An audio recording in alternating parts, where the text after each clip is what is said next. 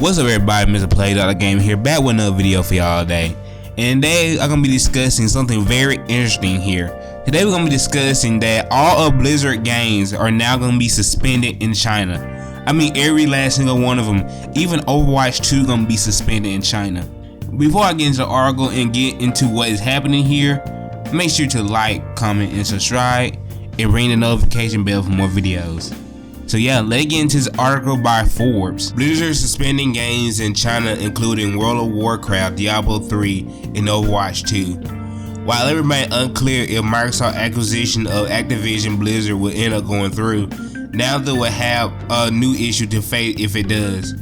Blizzard announced on Thursday that it's suspending services, particularly all of Blizzard games in mainland China, citing the expiration of a license agreement with NetEase, its Chinese partner, in failure to hammer out a new deal. The game affected by the shutdown, which will commence in January 2023, are World of Warcraft, Hearthstone, World of Warcraft 3 Reforged, Overwatch 2, StarCraft, Diablo 3, and Heroes of the Storm. This also has to mean that unless a new deal is reached, Diablo 4 will not be launched in mainland China either 2023. The only game mentioned as continuing on due to a separate agreement between NetEase and Blizzard is Diablo Immortal, the new microtransaction heavy mobile game from the Diablo series. Now I'm gonna say this right now. The only reason Diablo Immortal is not being banned in China because Diablo Immortal on its own earned $155.6 million to date, while NetEase published China-only version have earned over $144.7 million since launch on July 25th. So that's the only reason Diablo Immortal ain't going away, because it's making NetEase and Blizzard a crap ton of money.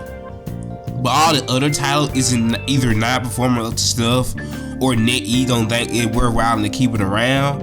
But overall, it sucked. It really does suck, because think about it. Although people in China are now not gonna be able to play all the other games they was enjoy playing. Like, dude, imagine you are a Chinese citizen. You spent probably hundreds of dollars into like Overwatch 1, or you play a ton of Warcraft. Now you won't be able to play those games because Blizzard and NetEase can't agree on a deal, which I kind of find surprising. That Blizzard, like, China is Blizzard's #1 market. Like, China is a big market for Blizzard, so it either something on the NetEase side that NetEase is asking for like a little bit too much money and Blizzard not willing to pay it up, which I think that's a stupid idea because most of Blizzard money comes from China. Like, that is Blizzard #1 market is China. So them not renewing the deal with NetEase gonna have a major hit on their bottom line because China is Blizzard #1 market. Like, dude, you want to talk about a gold rush? Go to China, dude. Like, even though China got sucky human rights policy, like, that country is awful when it comes to how they treat their citizens, but Chinese money is worth a lot, and Blizzard not be able to sell their games over there is gonna hurt them badly. And also, this can also fit the Chinese citizen too, like I said. So, cause now the people that want to play games like Overwatch 2, World of Warcraft, all that other stuff won't be able to play if you live in mainland China. And also the Diablo 4, the game coming up like in next year, they won't be able to play that either. So they screwed.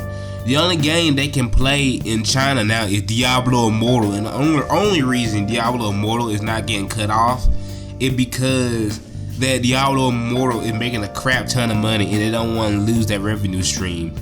Like I said, Diablo Immortal in China made $144.7 million since it launched in July 25th. So yeah, that's the only reason they keeping Diablo Immortal around, because that game is very profitable. But isn't that funny that how the country that Blizzard literally stood up for, where they actually banned a pro player for speaking his mind for the rights of the country? You remember that incident, the Blitzchung incident, where Blizzard essentially took the side of China than the side of human rights, basically. Yeah, y'all forgot about that where Blizzard literally chose money over human rights. Yeah, don't forget that incident where Blitzchung, a pro player that was saying, hey, help my people, and Blizzard literally banned him for speaking his mind because they didn't want to upset their Chinese overlord. Well, the country that probably making the money is now turned on Blizzard. The only game they can keep in that country is Diablo Immortal because that game is very profitable. So you can kind of say that kind of biting Blizzard in the butt. A country they once were defending from one of their pro players is now getting their karma. So yeah, you can actually look at that as well. But regardless, them not having a market in China now is severely gonna hurt their bottom line.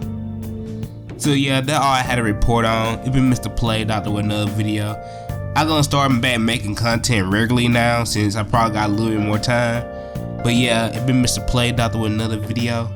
Y'all have a nice day and peace. See y'all.